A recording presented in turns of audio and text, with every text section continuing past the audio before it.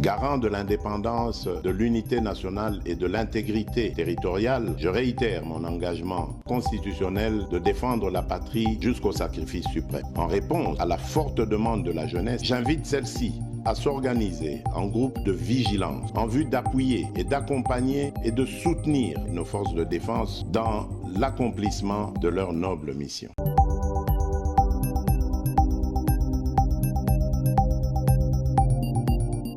Bienvenue sur Chancelier Channel News. Merci de nous renouveler votre fidélité, mesdames, messieurs. Nous voici pour une nouvelle émission qui sera consacrée au livre publié par une journaliste britannique sur la situation préoccupante à l'est de notre pays par rapport à la gestion de Kagame à la tête du Rwanda. La journaliste est en train de faire sa promotion, la promotion de son livre. Je vous invite également à les lire. Rapidement, nous allons saluer notre invitée, madame Michaela. Bonjour. Bonjour. Alors, comme c'est la première fois sur Chancelier Channel News, on vous demanderait de bien vouloir vous présenter qui êtes-vous et pour qui vous travaillez. Oui, ok, merci. Je m'appelle Michaela Ron. Je suis journaliste et écrivaine. J'ai passé beaucoup de temps en Afrique. Il y avait une époque où j'étais basée ici à Kinshasa et j'ai écrit 5 livres sur plusieurs pays africains, sur plusieurs histoires. Notamment le Congo. Oui, j'ai écrit un livre sur la chute de Mobutu il y a 20 ans. Et maintenant, ça c'est mon nouveau livre. Et c'est le premier qui est traduit en français. Alors, pour moi, c'est une grande opportunité. Comme ça, je peux avoir un peu une discussion avec le public francophone. Avant, tous mes autres livres, ils ont été traduits en allemand, en italien, en espagnol, mais jamais en français. Alors, vous avez traduit en français par rapport au public francophone congolais? Oui, oui, mais aussi il y a un grand public francophone au Rwanda. Ils ne parlent pas très bien l'anglais. Il y a aussi une communauté francophone au Burundi et aussi en Belge, Depuis la France, qui soutient Kagame jusqu'à la France. Oui. Alors, rapidement, nous vous posons la première question, madame Michaela Ron. Merci déjà d'avoir répondu à cette invitation. Qu'est-ce qui vous a inspiré? Quel est l'objet qui vous a poussé à pouvoir écrire ces livres qui exposent, nous allons le dire comme ça, Kagame dans tout son plan machiavélique contre l'Afrique centrale? Oui, alors j'étais un des journalistes, et il y en avait plusieurs qui sont entrés au Rwanda pendant qu'il y avait le génocide avait lieu en 1994. J'étais un des journalistes qui est entré avec l'opération turquoise, les troupes françaises. Et à l'époque, j'ai formé plusieurs impressions, opinions. Et avec le passage du temps, je pense que j'ai dû modifier mes opinions. J'ai vu un peu ce qui se passait au Rwanda, j'ai vu un peu ce que le FPR devenait. Et je me suis dit, peut-être que j'ai été un peu crédule, un peu naïve. Et je voulais faire un compte rendu. Et admettre que dans certains secteurs, je me suis trompée. À cause de ça, il y avait le meurtre de l'ancien dirigeant des renseignements à l'extérieur, Patrick Karegeya, qui est mort assassiné. Du Rwanda. Oui, du Rwanda. Il est mort assassiné en Sud-Afrique, dans une chambre d'hôtel. Qui l'a assassiné? Je pense que c'est assez clair que c'est le régime de Kagame. Il faut dire qu'il y a 2 ans, il y a eu des mandats d'arrêt, 2 mandats d'arrêt, et les 2 hommes qui ont été identifiés restent toujours au Rwanda. Alors, on n'a pas abouti à avoir Donc, il y a eu 2 mandats d'arrêt à l'issue de l'assassinat de l'ancien chef des renseignements rwandais. Ouais. Et malgré les 2 mandats d'arrêt, les 2 hommes sont retournés au Rwanda et y habitent paisiblement. Oui, que l'on sache, ils sont là-bas. On ne les a jamais envoyés pour être jugés en Sud-Afrique. Et alors, pour moi, c'était un gros événement parce que c'est un monsieur il avait beaucoup de pouvoir à une certaine époque. Il était un proche de Kagame, ils se connaissaient déjà comme petits enfants. Et le fait que Kagame, le régime FPR, a envoyé un escadron de morts pour tuer cet homme, ça me paraissait tellement bizarre et tellement dramatique que j'ai voulu utiliser cette histoire pour vraiment faire un compte rendu du FPR et ce que son mouvement est devenu avec le passage du temps. Mais pourquoi Kagame en voudrait à son ancien proche collaborateur? Je pense que c'est un monsieur qui n'accepte pas la contestation Et Patrick Karegeya, l'ancien chef des renseignements à l'extérieur, c'était quelqu'un qui osait critiquer un peu sa politique dans tous les domaines, au Rwanda, mais aussi au Congo de l'Est. À certains moments aussi, c'était quelqu'un qui était un peu horrifié par la culte de personnalité qui se formait autour de Kagame. Alors, il devenait de plus en plus critique et le président Kagame, il ne s'accepte pas ça. Alors, dès qu'on ose le critiquer, même les gens qui sont très très proches dans l'FPR, à certains moments où ils vont en tôle, où ils disparaissent, où ils vont en exil. Et le monsieur Karegeya, il s'est enfui en exil, il a fondé une partie d'opposition et à un certain moment, il s'est fait tuer par le régime. On peut avoir l'exemplaire du livre que vous avez sur vous. Malheureusement, je n'en ai pas sur moi parce qu'on a vendu tous les exemplaires qui étaient ici hier. Alors, il y aura une autre livraison. Rwanda, virgule, Assassin. Sans frontières, oui.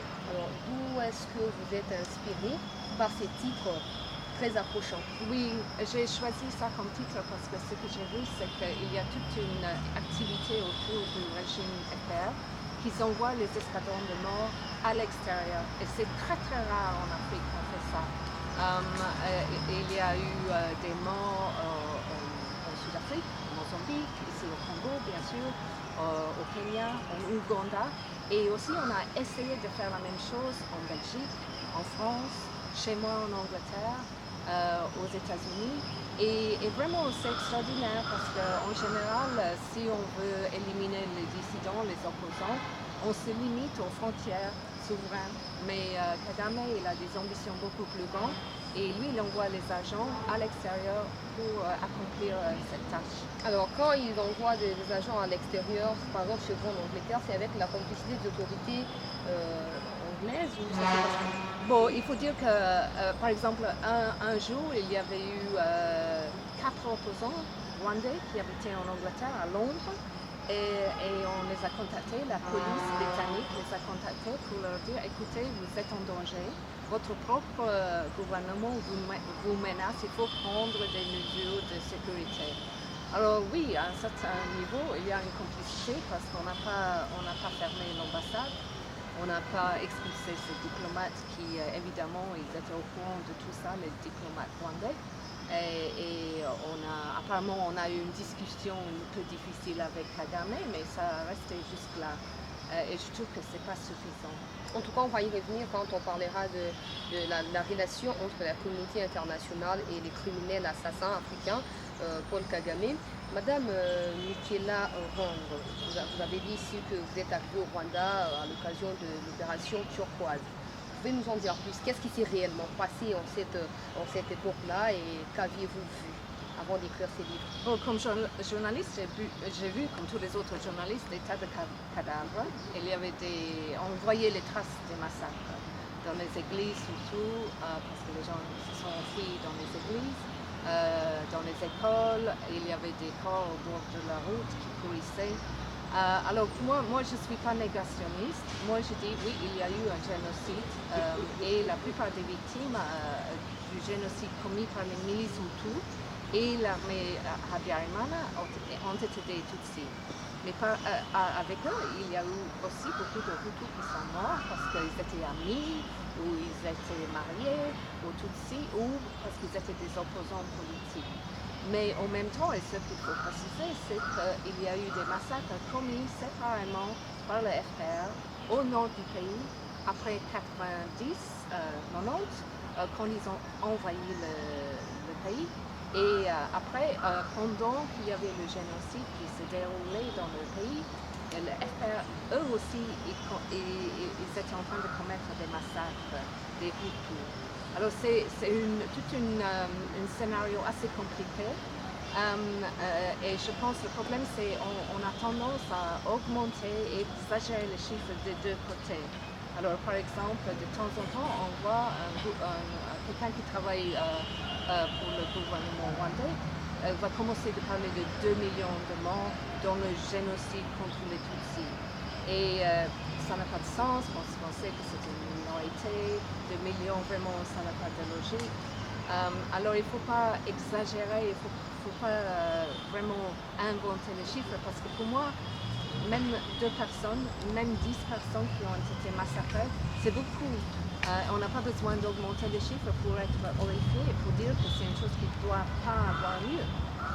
Est-ce qu'il ne faut peut-être pas utiliser le mot massacre simplement de quelques communautés au Rwanda au lieu d'utiliser les mots génocide, parce que vous venez d'évoquer un point très important par rapport aux chiffres qui sont indiqués par le gouvernement de Kagame. De temps en temps, ils disent 2 millions, ils disent 1 million, ils disent 800 000. Alors nous savons tous que la population rwandaise est composée à 80%, 85% de Hutus et qui est à peine 12 à 15% de Rwandais, sans compter les Touaregs également qui font partie des populations rwandaises. Si réellement les Tutsis, comme Kagame aime utiliser les mots génocide des Tutsis en 1994, si les Tutsis étaient réellement exterminés par les Hutus, est-ce qu'aujourd'hui nous aurons affaire à des Tutsis dans l'est de la RDC qui pour la plupart font partie du M23 au Rwanda il y a également des Tutsis qui dirigent le Rwanda, au Burundi il y a des Tutsis rwandais excepté les Tutsis du Burundi, en Ouganda également. Bon, c'est évident, ils n'ont pas été exterminés. Je pense qu'il y a eu quand même un énorme nombre de victimes. Mais ce que je trouve, c'est toute cette discussion sur les définitions du génocide, c'est devenu un pion, un instrument. Et ce qui est vraiment, dommage qu'au Rwanda aujourd'hui, il y a des gens, des Hutus, qui ont vu les membres de leur famille massacrés par les FR. Et ils savent qu'ils ne peuvent pas le dire. S'ils essayent de le dire, ils vont passer en tôle parce qu'on les accuse de négationnisme, de nier le génocide. Et je pense que c'est un pays où tellement le monde a souffert, il y a eu des meurtres de tous les côtés. Et il faut que toutes les victimes doivent pouvoir dire ouvertement ce qui s'est passé à leurs familles, à leurs amis. Et actuellement, le régime FPR, ils disent non, vous êtes seulement victime si vous êtes Tutsi. Et ça, c'est dangereux parce que ça cause une rancune et c'est pas une bonne. C'est pour l'avenir du Rwanda, c'est vraiment pas une bonne chose. Quel est le rôle qu'a joué l'armée rwandaise l'armée française pendant cette opération? Bon, on sait que déjà ils avaient joué un rôle parce qu'ils avaient formé les milices, les Interahamwe, qui ont commis beaucoup de massacres. Ils étaient là à former aussi l'armée rwandaise. Et ce qu'on sait aussi qu'à un certain moment, les dirigeants du gouvernement de Juvenal Habyarimana, qui se fuyaient, c'est les Français souvent qui les ont aidés à se fuir en France, en Belgique. Et maintenant, il y en a quelques-uns qui habitent toujours en France et le gouvernement au Rwanda veut absolument qu'ils rentrent chez eux pour passer au tribunal. Alors qu'il y a ceux qui ont tué les chargés des renseignements qui sont là libres. C'est ça, c'est le résultat du fait qu'on n'admet pas qu'il y a eu des victimes des deux côtés, parce qu'on ne veut pas admettre à FPR commis des massacres, alors on veut seulement avoir un procès judiciaire contre une partie de la population et ça c'est dangereux. Alors, dans la plupart de vos interviews que j'ai pu suivre, vous revenez sur le fait que Kagame aurait vécu une enfance très très difficile et que c'est ce qui justifierait son attitude aujourd'hui, mais aussi les silences de la communauté internationale à l'époque de n'avoir pas été aux côtés du Rwanda pendant les présumés génocides justifierait l'attitude de Kagame aujourd'hui. Mais en fait, qu'est-ce que la République démocratique du Congo a à voir dans cette situation? Non, mais je ne dis pas que ça justifie, je dis que ça explique. C'est un peu différent. Alors oui, au niveau personnel, Kagame, j'ai fait des recherches en Ouganda où il a été un réfugié depuis son enfance parce qu'il faisait membre d'une communauté Tutsi, Aristo, qui se sont fait expulser dans les années 60. Il y avait une révolution Hutu et les Tutsis, le coup royal, ils se sont enfuis et la plupart étaient en Ouganda. Et sa famille était humiliée, son père est devenu alcoolique, sa mère a dû devenir une paysanne. Et je pense qu'il a eu une enfance dure, difficile, comme beaucoup de réfugiés, parce qu'il a vu, il a compris qu'il n'était pas accepté par la communauté ougandaise, que c'était un étranger, il était à l'état, il allait avoir des problèmes pour avoir un emploi, pour entrer à l'université, et ça lui a rendu amer et aigri. Comme beaucoup de ces Rwandais qui habitaient en Ouganda, à certains moments, ils se sont fait encadrer, beaucoup de ces jeunes hommes se sont fait encadrer dans la rébellion de Yoweri Museveni, l'actuel président de l'Ouganda. Et c'est comme ça qu'ils ont compris, ils ont appris à se battre, à devenir des rebelles. Alors c'est un peu son trajectoire. Et parce que je trouve que c'est un homme très dur et c'est un homme qui cherche toujours d'avoir le respect des autres. Et je pense que c'est parce que... Le respect en massacrant les paisibles citoyens chez eux? Bon, je ne dis pas ça, mais je dis que c'est un monsieur qui a absolument, il a besoin d'être reconnu comme le plus important. Il veut être reconnu comme le dirigeant le plus important dans les bancs-là. Et pour vous, c'est important de se faire reconnaître dans le mal? C'est important? Non, c'est pas pour moi de le dire. Je pense que c'est sa motivation.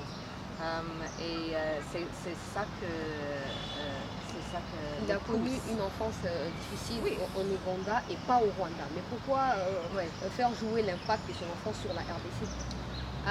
Non, mais faut pas être trop simple. Je veux dire, c'est un monsieur qui est très ambitieux et souvent les gens qui ont eu une enfance difficile, ils deviennent très ambitieux parce qu'ils croient qu'ils doivent s'imposer sur l'environnement et ils doivent être le plus fort, ils ne doivent pas montrer l'émotion.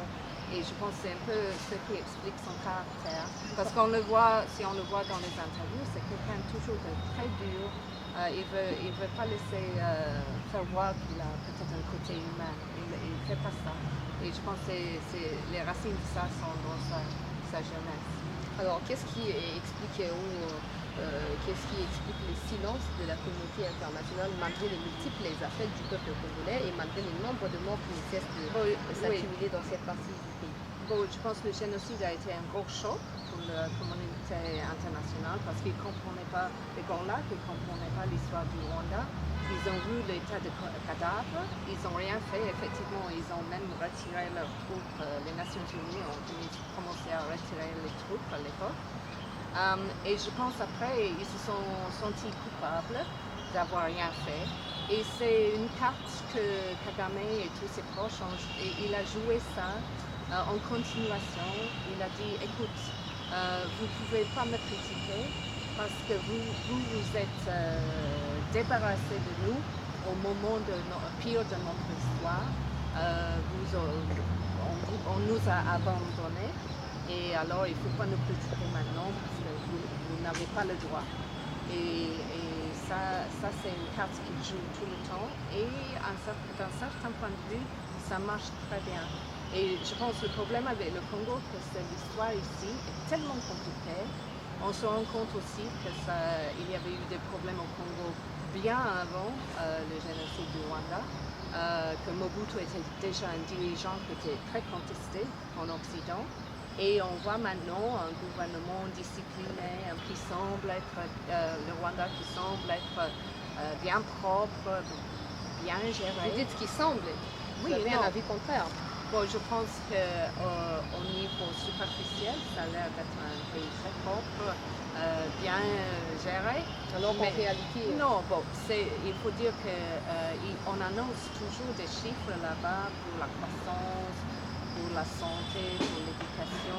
Et si on examine un peu, si on fait un peu d'enquête, on voit qu'ils sont beaucoup moins impressionnants de ce qu'on dit. Ils sont pas mal, mais c'est pas un miracle. Et on a tendance à toujours présenter le Rwanda comme un miracle de développement. Et à cause de ça, on dit, écoute, on a donné beaucoup de soutien aux pays comme le Congo, comme Centrafrique. On voit que c'est toujours dans le chaos. Regardez au Rwanda, si on les envoie de l'argent, c'est bien utilisé. Alors il y a un peu un type de discours de ce type. Et après, comme je dis, ce sens de culpabilité international. Alors, de la part de la RDC, du point de vue historique, de tout ce qui se passe, nous sommes dans les 8 à 10 millions de morts selon les statistiques officielles ici en RDC. Est-ce que la RDC peut également dire qu'il y a eu un génocide au Congo et utiliser ça contre un autre pays voisin, par exemple, en l'agressant, comme c'est le cas avec le Rwanda? Pour moi, déjà, ça c'est un chiffre que je n'utilise pas, les 10 millions, parce que je me demande d'où ça vient. Je sais que ça a été publié par M. Charles Sonana, mais il faut bien Avant que examiner. Charles Nana les dise, il y a des rapports de l'ONU, par exemple, qui ont été ils n'ont exploités jamais en donné. 2008-2009. Bon, que je sache, ils n'ont jamais utilisé 10 millions, et en plus, ils parlaient un peu des morts, des maladies, de la faim, du maladie, Qui sont causés par les faits des déplacements populaires. Exactement, mais je veux dire, il faut être quand même un peu précis là-dessus, parce qu'on a un peu tendance à annoncer des chiffres qui sont énormément choquants, et après dire pourquoi on ne fait rien. Mais en même temps, il faut les utiliser avec beaucoup d'attention, ces chiffres. Moi, je trouve que ce que le FPR, moi, je suis toujours le UN Mapping Report, les Nations Unies, le Mapping Report de 2010 qui est sorti, où il parle de 617 massacres, atrocités dans les forêts du Congo, parmi eux les Rwandais, mais aussi beaucoup de Congolais. Qui n'ont pas été justifiés jusqu'au bout. Oui, non, mais on ne peut pas justifier cela. Ce conseil, il n'y a jamais eu une suite judiciaire. Et c'est effectivement ce que le docteur Denis Mukwege il demande toujours d'avoir des suites. Sans suite, malgré les efforts du Oui, oui. Et c'est évident qu'il faut qu'on prenne un peu les conclusions de cette enquête. Mais actuellement, ça ne se passe pas, comme vous savez mieux que moi. Alors, est-ce que le Congolais, est-ce que le Congolais peut utiliser ce qui se passe à l'Est comme raison d'envahir, par exemple, le Congo d'en face? Non, mais ça c'est une question rhétorique. Moi, je pense que rien ne justifie l'invasion d'un autre pays. Alors, non, pour moi, c'est pas le cas. Je ne vais jamais dire ça parce que je ne sais pas la publicité pour Kagame ou le FPR. Alors, nous avons suivi ce qui s'est passé en Ukraine et en Russie. Nous avons vu tous les pays occidentaux, y compris les vôtres, condamner l'attitude de M. Vladimir Poutine, le président de la Fédération russe. Et il y a également la France, par exemple, qui met beaucoup de pression. Il y a Emmanuel Macron qui ne cesse de condamner à chaque fois le groupe Wagner dans ses sorties médiatiques. Mais Emmanuel Macron, qui arrive au Congo, a du mal à s'exprimer sur la situation. C'était très intéressant. Il avait du mal à exprimer des critiques à l'égard de Paul Kagame et on sait très bien pourquoi, parce qu'effectivement la France compte sur les troupes rwandais qui sont actuellement au Mozambique. Pour quel final? Pour assurer la sécurité autour de l'installation totale, parce que la France a des intérêts économiques au Mozambique et les troupes rwandais sont devenues un peu les mercenaires d'Afrique qui jouent un rôle qui sert les intérêts des Occidentaux. Il faut dire la même chose qu'avec mon propre pays, les Anglais. On s'est mis d'accord pour les demandeurs d'asile, nous on ne les veut pas accepter, qui vont être envoyés au Rwanda.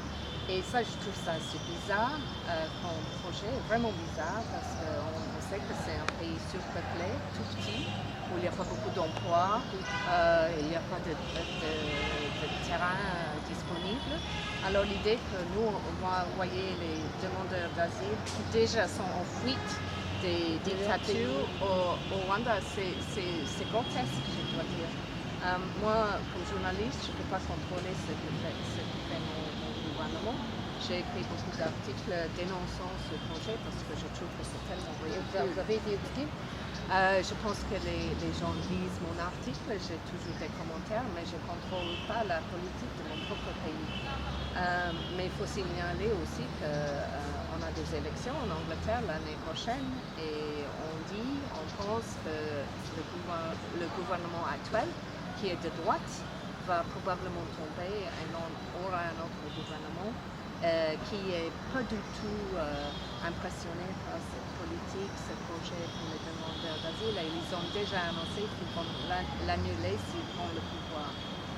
Si réellement il y avait la guerre au Rwanda, comme Paul Kagame ne cesse de le répéter à chaque fois qu'il en a une occasion, Pourquoi Kagame accepterait d'envoyer par le biais de la France, notamment des militaires au Mozambique pour des intérêts français? Pourquoi ne pas laisser ces militaires au Rwanda qui seraient, selon lui, agressés pour qu'ils protègent la Bon, République? je pense que c'est quelqu'un il est très habile, très malin pour identifier les inquiétudes et les obsessions des pays occidentaux.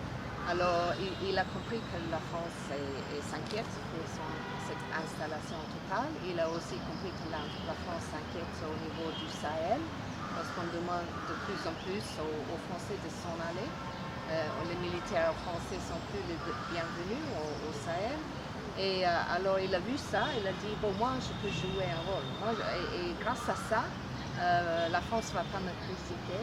Et ils vont accepter ce que je fais dans les Grands Lacs et ce que je fais chez moi. Alors il est très intelligent, il est très malin dans la manière dont il joue avec ces pays en Occident. Alors, quelles étaient vos relations directes avec le chef du renseignement rwandais? Parce que dans votre livre, vous en parlez, c'est lui qui vous inspirerait. Oui, non, c'est un monsieur que j'avais connu, j'avais rencontré peut-être 5-6 fois. Je ne connaissais pas tellement bien. On a déjeuné, quand il était en exil, je me rappelle, j'ai déjeuné avec lui et c'était vraiment une discussion fascinante parce que c'est quelqu'un qui regardait son propre passé et se disait, j'ai fait des erreurs, je regrette ce que j'ai fait. Et comme journaliste, je trouve ça fascinant. Mais c'est un monsieur que j'ai commencé à comprendre dès qu'il est mort. Parce que j'ai interviewé beaucoup de gens qui le connaissaient mieux que moi. J'ai interviewé les membres de sa famille, ses meilleurs amis, ses collègues. Et j'ai commencé à comprendre un peu que c'était un homme complexe. Pour moi, c'était aussi un voyage de découverte.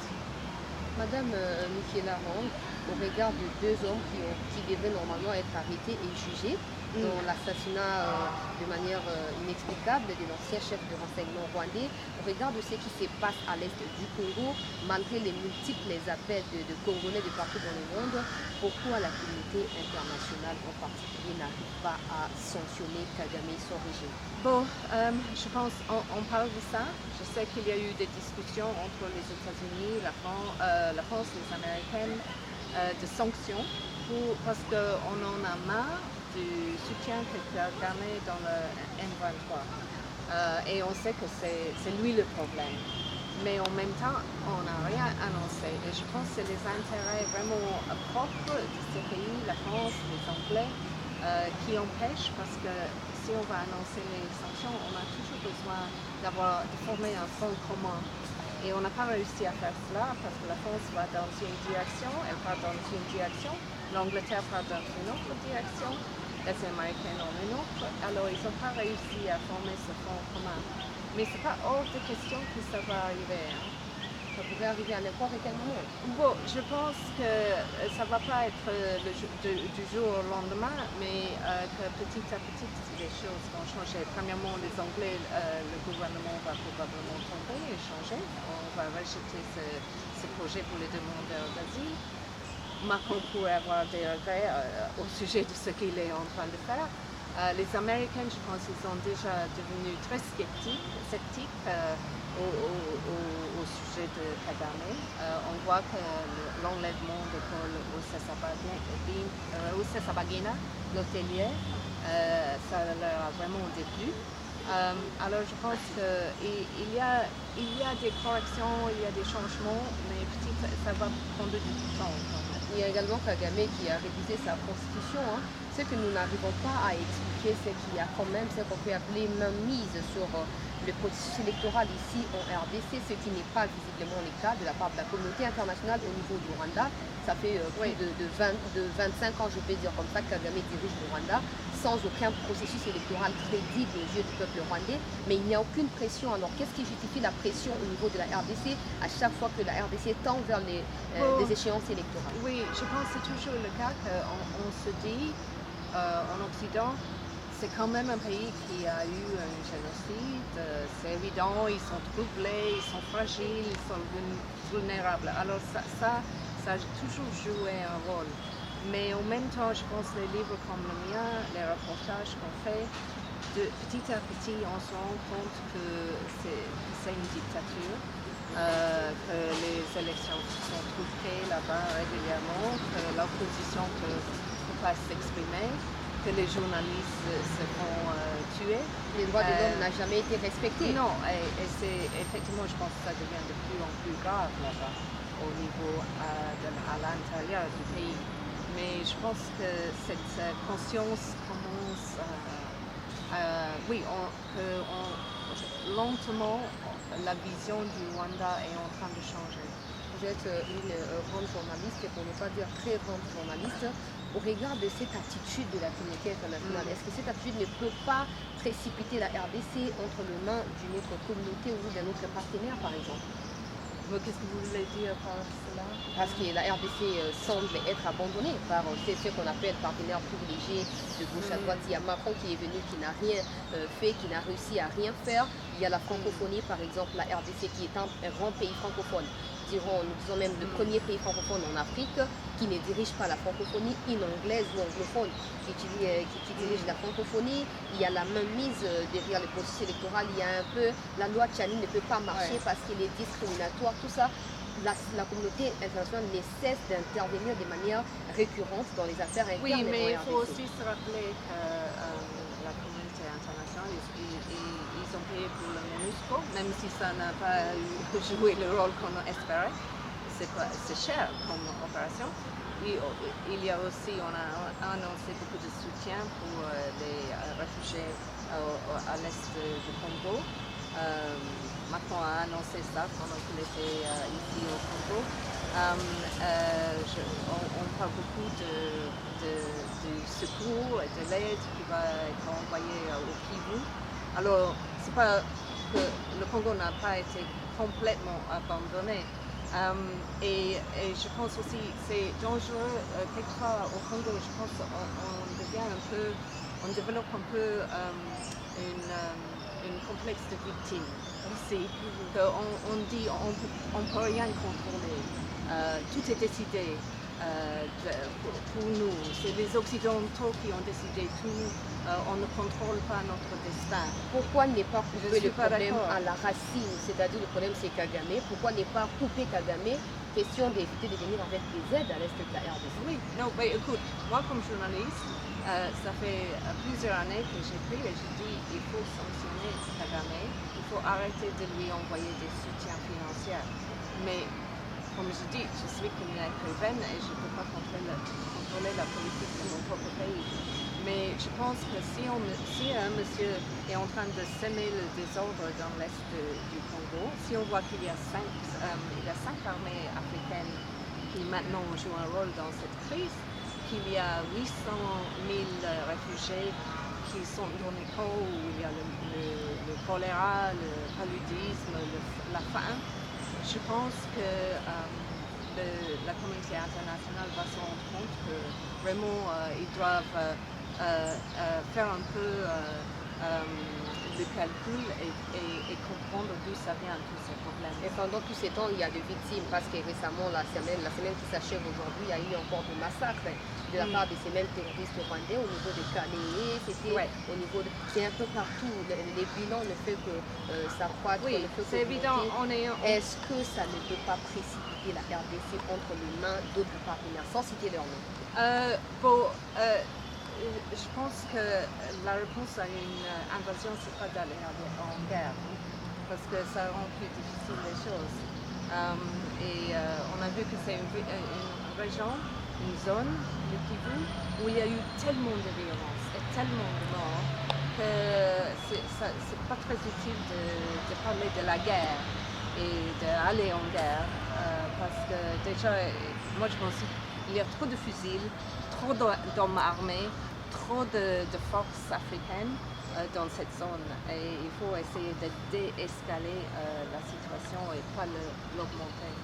Alors la communauté internationale incapable jusque-là, disons, de sanctionner Paul Kagame, mais au moins accepte de soutenir les forces régionales qui sévissent dans la partie est du pays. Ce n'est pas deux poids, deux mesures. Est-ce que le peuple congolais peut s'attendre à mieux de ces forces-là qui sont soutenues par des gens incapables de pouvoir sanctionner la racine du problème? Je ne veux pas trop parler de tout cela parce que je pense qu'on est en pleine crise.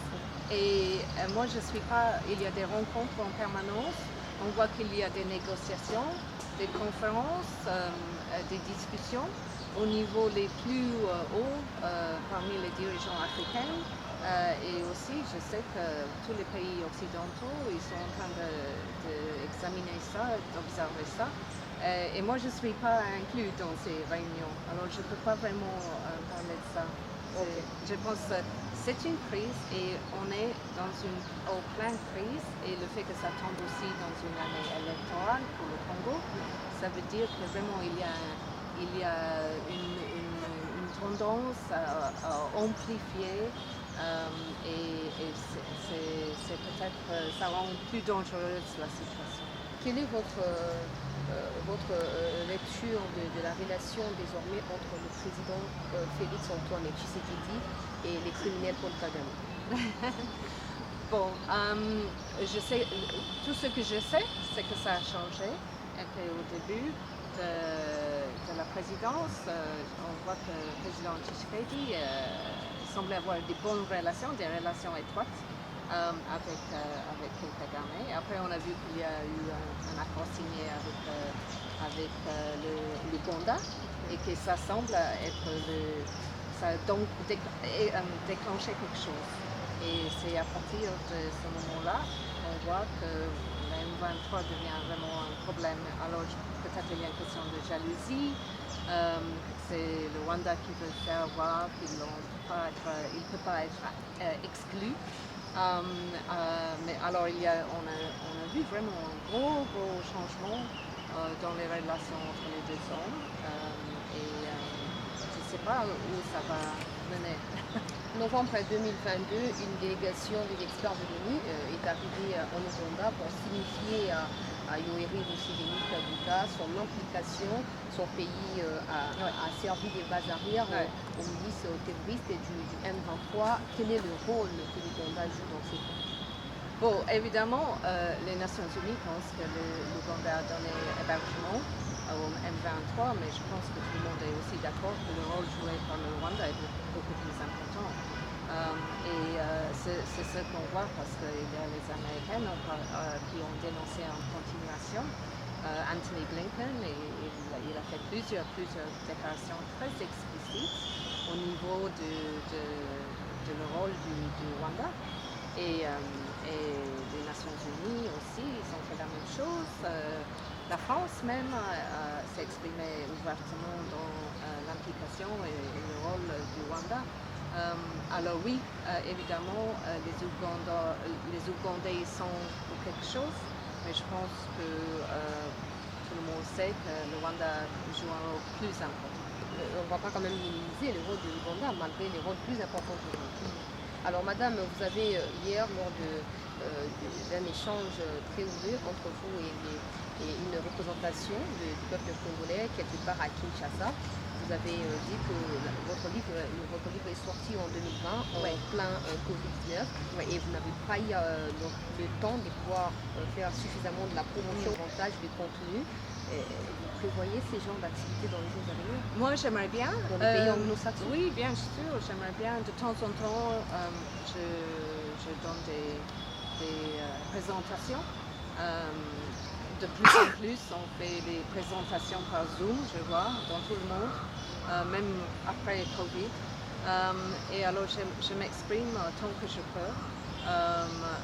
Et je sais aussi que mon livre, il a eu beaucoup de lecteurs, parce que je vois ça sur Twitter, que les gens souvent, quand quelqu'un s'exprime au sujet du Rwanda, quelqu'un va réagir, il va dire hey, oui, mais il faut quand même lire le livre de Madame Ron. Alors, je pense que les impressions sur le Rwanda, ils sont en train de changer un petit peu. Alors, on a parlé du problème. Maintenant, vous, en tant que journaliste d'investigation, vous dites que ça fait 20 ans que vous avez vécu en Ouganda, au Rwanda, et même du côté de l'Afrique du Sud, ici au Congo également, un peu des temps. Quelles sont les solutions que vous préconisez au Congo? Ouais. J'ai pas vécu en Ouganda, j'étais de passage. Je voyage tout le temps et je passe des semaines à faire des recherches. Pour le Congo, moi, ça fait 20 ans que je suis plus venue ici et je vois combien ça a changé. Que c'est beaucoup plus grand, la ville de Kinshasa. Vous avez eu beaucoup d'événements ici depuis les dernières 15 ans. Alors je trouve que c'est toujours très difficile de prévoir un peu la politique et l'avenir dans les grands lacs. Parce que vraiment, d'un jour au lendemain, ça change. Et on a vu plusieurs présidents dans cette région. Ils ont été tués, assassinés. C'est une région qui a eu une histoire tellement turbulente que pour les gens comme moi, je n'ose pas prédire. Mais quand même, vous pouvez dans les jours à venir, à cause de votre livre, accompagner les efforts. Parce que vous savez, quand c'est les Congolais qui parlent, je ne sais pas si c'est à cause du racisme, ou je ne sais pas comment circonscrire cette situation, mais quand c'est les Congolais qui parlent, l'Occident a l'impression de ne pas écouter. Mais quand c'est vous, quand ce sont les députés européens qui en parlent, on attend quand même qu'il y a du bruit qui se tient un peu. Bon, c'est sûr que je vais essayer d'écrire des articles basés sur ma visite quand je rentre en Angleterre. Mais comme j'ai dit avant, je pense que parfois les Congolais ils ont un peu tendance de se voir comme les victimes d'une indifférence mondiale. Et les Congolais ne les sont pas, non, parce que ce qu'il faut aussi comprendre, c'est chez nous, on a nos propres crises. On se sent très pauvre, par exemple, en Occident. Ça paraît peut-être bizarre pour les Africains, mais on a l'inflation énorme. Il y a des gens qui ne peuvent pas se payer l'électricité parce que c'est devenu tellement cher. Chez nous, les hivers, ça fait très froid, alors c'est vraiment un problème. On a très peur de la guerre en Ukraine. C'est comme ça que vous multipliez des sanctions sur Poutine, sans rien faire en contrepartie par rapport à Kagame. Mais pour nous, ça semble très proche et c'est pour nous la chose plus importante. Alors après tous ces soucis, quand on parle du Congo et du Rwanda, les gens, souvent, ils ne savent rien là-dessus. Alors, c'est pas vraiment ils ne se réveillent pas le matin en pensant au Rwanda et au Congo. Ils se réveillent le matin et ils se disent comment je vais payer mon loyer, pourquoi les légumes dans les magasins sont tellement chers et est-ce qu'il va y avoir une guerre nucléaire dans les prochaines années à cause de ce qui se passe en Ukraine. Alors il faut quand même se rendre compte que le Congo, c'est pas la préoccupation principale des Occidentaux et ça se comprend. Alors c'est le destin du Congo, ça doit être les Congolais qui le prend en main. Peu importe auprès de qui nous nous jetons pour des solutions radicales face à la situation. Ça n'aura aucun impact sur l'Occident. Parce qu'on a l'impression quand on veut avancer, vous nous retenez, nous sommes des partenaires, attendez ceci, attendez cela, alors qu'en réalité vous ne venez pas pour vous expliquer clairement et c'est compréhensible de dire que ce qui se passe en Russie, en Ukraine est plus proche de vous, qu'est-ce qui se passe au Congo et entre le Congo et le Rwanda. Alors laissez aux Congolais au moins oui, mais il faut pas... la liberté Moi, de je pouvoir suis s'associer. politicien. J'écris, mon rôle comme écrivain, c'est essayer d'alerter, oui. Et c'est tout ce que je peux faire. Et je pense que j'ai écrit déjà 5 livres. Alors j'ai joué un rôle dans réveiller un peu la conscience des Occidentaux. Mais le reste, vous n'en trouvez pas plus.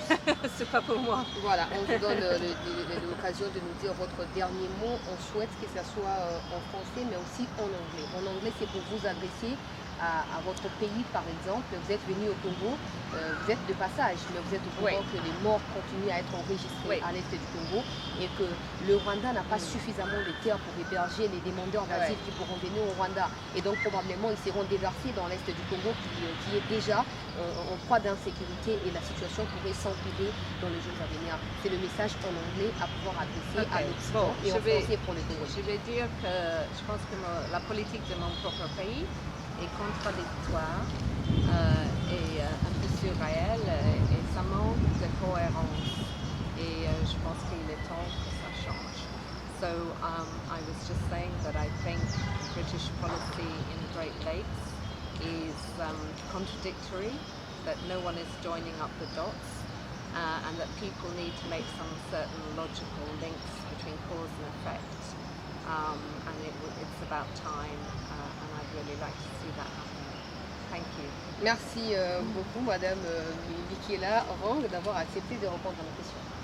Merci. À la Merci prochaine. pour l'intérêt et à la prochaine. Alors, les livres est toujours disponible. Un mot pour tous ceux qui sont en Oui. France, en Belgique, comment Oui, ils peuvent retrouver les livres? c'est publié par Max Milo, c'est un éditeur français. On peut l'acheter, ils ont un site web. On peut aussi l'acheter sur Amazon. Il y a aussi un audiobook, e-book, excuse-moi, un e-book, un book électronique pour les gens qui peut-être ne réussissent pas à trouver les exemplaires. Et je sais qu'on peut l'acheter maintenant dans les librairies en France et en Au Congo Kinshasa, par exemple. Et aussi, on est en train de vendre des copies. Pardon? On est en train de vendre des copies qu'on a amenées de la France. Je ne sais pas si après, parce qu'il y a un nombre limité, mais on peut toujours l'acheter en Europe et l'amener ici. Et j'espère que les librairies ici à Kinshasa ils Et ça vont coûte donner combien, des par exemple, livraisons. au Congo? Bon, à ce moment-là, on le vend aux $25. Ok. Évidemment, c'est beaucoup, mais c'est le premier exemplaire. Et après, quand le livre va sortir un peu plus petit, dans un format plus petit, moins cher. Et aussi, normalement, la version électronique, elle est moins chère aussi. En tout cas, beaucoup de courage. Nous, moi personnellement, au nom de mes compatriotes congolais, nous vous remercions pour toutes les révélations faites dans ces livres Rwanda, Assassin, sans frontières. Madame, Messieurs, vous pouvez retrouver ces livres, comme la dame venait de préciser, Max Milo. Max Milo. Vous Et pouvez aller sur c'est Amazon. Ouais. Voilà, vous pouvez aller sur Amazon, vous recherchez les livres et vous l'aurez là-bas. Merci à tous ceux qui nous ont suivis. Mettez vos avis en commentaire, nous aimerons savoir ce que vous pensez de cette interview. Et n'hésitez pas non plus à poser des questions parce qu'il se peut que probablement la prochaine fois, nous puissions recevoir à nouveau Madame Avec grand Michaela plaisir. Rang. Merci beaucoup. Merci et bon séjour au RDC. Merci. À la prochaine.